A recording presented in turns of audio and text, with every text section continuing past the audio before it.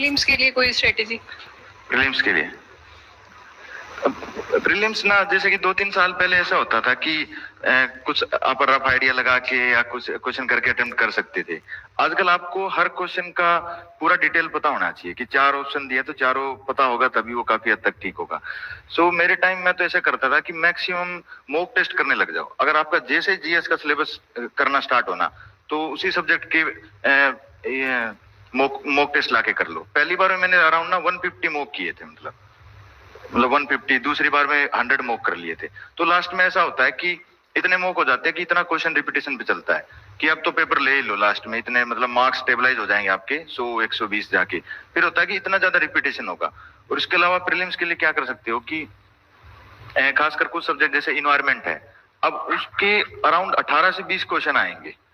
सो ऐसे ऐसे subject choose करो कि उसमें क्लासरूम जैसे कर लिया, इन्वायरमेंट का कुछ क्लासरूम कर लिया। हर कोई टॉपर ऐसा कहता है कि एक सोर्स फॉलो किया काम चल गया, तो इन्वायरमेंट में नहीं चलेगा। आपको ये मान के चलो आज के टाइम में मल्टीपल बुक्स पढ़नी पड़ेगी। जहां से 18 क्वेश्चन आ रहे हैं तो हम ये अफोर्ड नहीं कर सकते कि बस एक सोर्स पर रिलाई कर लिया, उसमें से 5 क्वेश्चन आ गए, अब 5 ही हुए अपने। तो सो क्लास नोट्स भी करो, पीएमएफ भी पढ़ लो अगर टाइम लगे तो, कहीं मतलब पीवाईक्यू को सॉल्यूशन देख लो, शंकर भी पढ़ लो। इन सब्जेक्टों के लिए वर्थ होता है कि मैक्सिमम आप स्टडी करो, मतलब ढूंढ के कहीं से।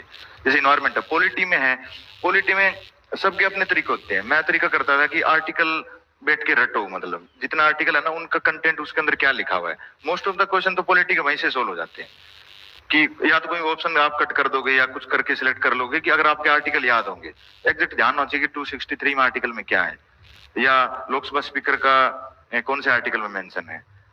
तो ये फिर आगे काम आते हैं। जैसे आता है ना कि ये क्वेश्चन आ गया कि it is mention in the Indian constitution, तो अपने को लगता होगा, बट अगर एग्जैक्ट डिटेल नहीं पता तो वो फिर क्वेश्चन नहीं हो पाएगा।